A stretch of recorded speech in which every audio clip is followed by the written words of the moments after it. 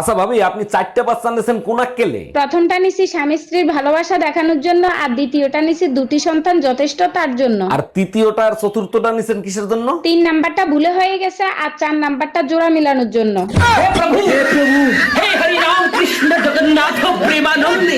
এই শুনছো, সেতু ভাইয়ের বাসায় মনে হয় গ্যাঞ্জাম লাগছে। সেতু ভাই ব্যাংকক যাবে, মনে হয় ভাবি জানিয়ে গেছে। আমি বুঝি না, স্বামীরা এত কষ্ট করে, মাঝে মধ্যে ঘুরতে গেলে সমস্যা কি? তোমার মতো কয়জন হয় বলো? তুমি রেডি হয়ে কোথায় যাচ্ছো? আমার সাথেই তো সেতু ভাই ব্যাংকক যাবে।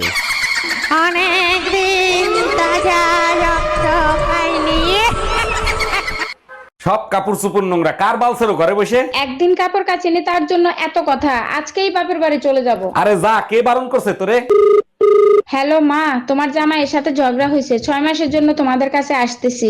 অন্যায় করছে জামাই, সাজা দিবি জামাই রে, আমাদের দিবি কেন?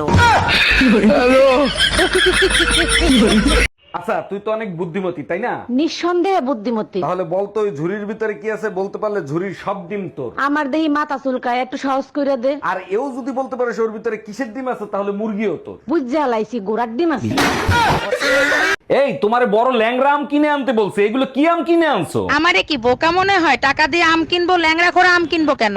মাইয়া মানুষ হাইরে, মাথায় ঘিলু নাই রে। যদি মাথায় ঘিলুই না থাকতো তাহলে ব্রেনে টিউমার হইলো কি করে? তোমরা বউ শাশুড়ি ঝগড়া করবা আর ঝামেলায় পড়বো আমি। আম্মারে কল দাও। আমার ফোন ধরবে না, তোমার ফোন দিয়ে কল দাও। এই নাও, লাউড স্পিকার দেয়া আছে। আম্মা, আপনি আমাকে এইভাবে ভুলে গেলেন, একটা কল দেওয়া জরুরি মনে করলেন না? শোনো বৌমা, তুমিও আমারে ভুলে যাও, আর কোনোদিন কল দিও না।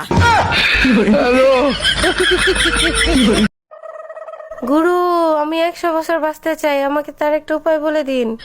তুই একটা কাজ কর, তুই বিয়ে করে ফেল। তাহলে কি আমি 100 বছর বাঁচতে পারবো? আরে না রে, বলো বিয়ে করলে তোর 100 বছরের বাঁচার 60টাই মিটে যাবে।